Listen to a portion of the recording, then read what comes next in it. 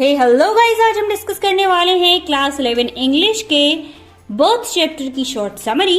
Guys, आज का chapter एजे क्रॉमेल द्वारा लिखी गई नोवेल द सिटाडेल का एक छोटा सा पार्ट है।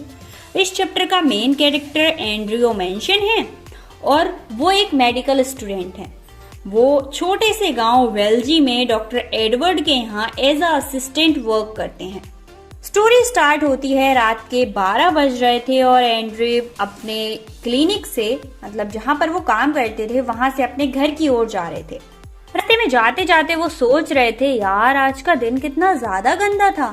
वो रास्ते में चलते चलते सोच रहे थे कि आज पूरा दिन मैं डॉक्टर एडवर्ड के साथ कुछ अच्छा कर भी नहीं पाया और ना ही अपनी गर्लफ्रेंड क्रिस्टीन के साथ अपनी डेट अच्छी बना पाया।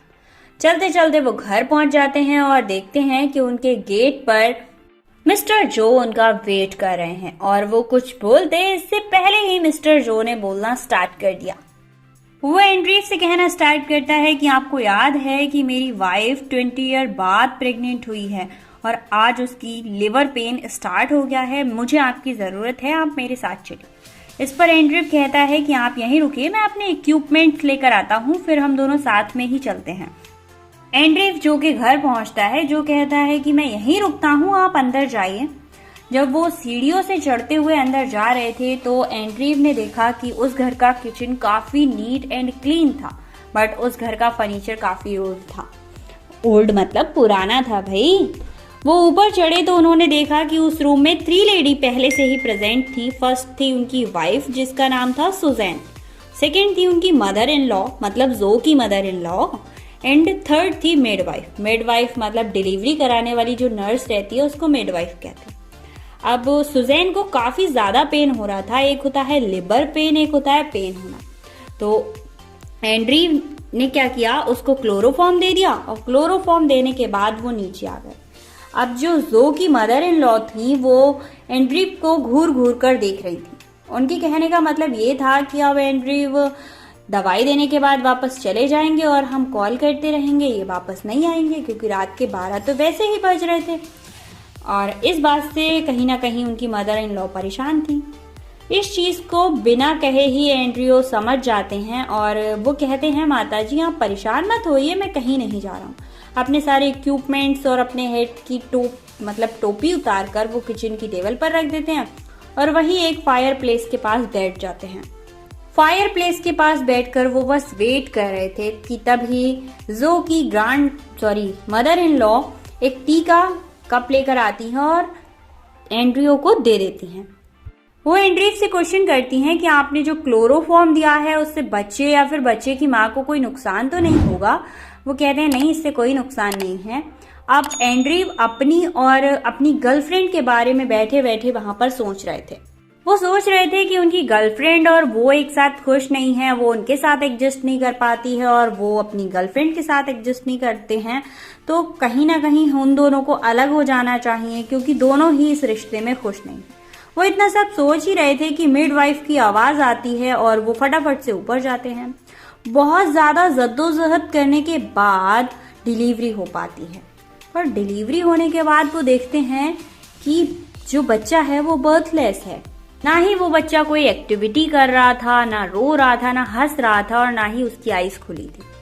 अब ये देखकर सब बहुत ज्यादा हैरान थे। वो बच्चा एकदम वाइट था, सॉफ्ट था। इसके बाद उसकी मॉम की हालत भी खराब होने लगी थी।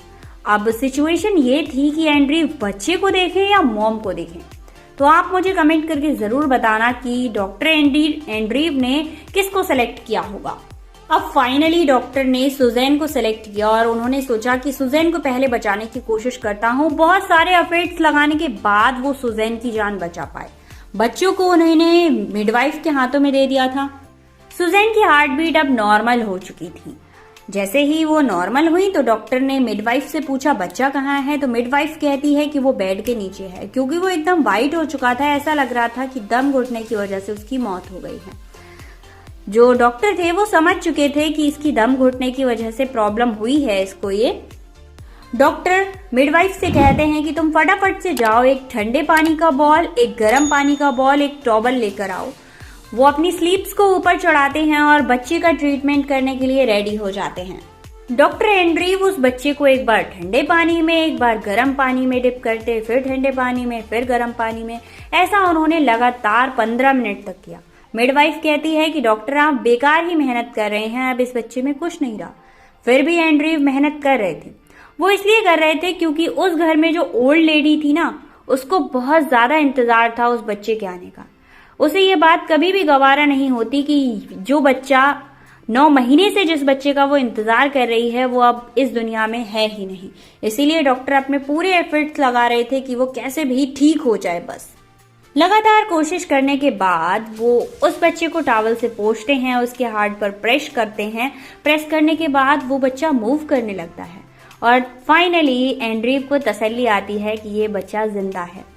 अब जो एंड्रीव थे वो बहुत ज्यादा थक चुके थे, तो उस बच्चे में जैसे ही जान आती है उस बच्चे को वो मिडवाइफ को देते हैं और वो कहते हैं मैं अपने सारे इक्विपमेंट्स कल लेकर जाऊंगा और अभी मैं जा रहा हूँ। जब वो सीढ़ियों से उतर रहे थे तो उनकी आंखों में नींद भरी हुई थी। सुबह के 5 बज चुके थे। वो गेट पर जाते हैं जो जॉर्ज खड़ा हुआ था उससे कहते हैं कि फाइनली आप फादर बन चुके हैं। तो इस बात पर जो बच्चे का फादर था वो उनको थैंक यू बोलता है। और आज जब एंड्रीव अपने घर जा रहे थे तो वो किसी के बारे में नहीं सोच रहे थे, ना वो डॉक्टर के बारे में सोच रहे थे, ना वो अपनी गर्लफ्रेंड के बारे में सोच रहे थे। वो सोच रहे थे तो बस इतना कि आज उन्होंने 2 लाइफ बचाई थी, एक उस बच्चे की और एक उसकी मॉम की। वो बहुत ज्यादा खुश थे कि आज उन्होंने 2 जिंदगियां बचाई हैं और आज उन्होंने अपनी लाइफ में कुछ तो काम किया है। फाइनली हमारा चैप्टर यहाँ पर फिनिश हो जाता है गाइज। इसके डिटेल वाले वीडियो को चेक करने के लिए आप डिस्क्रिप्शन में प्लेलिस्ट लिंक दिए गए हैं, वहां पर जाकर सारे चैप्टर की समरी देख सकते हैं। क्वेश्चन आंसर्स के लिए भी प्लेलिस्ट लिंक बना रखे हैं मैंने, वहां पर जाकर चेक कर लीजिए।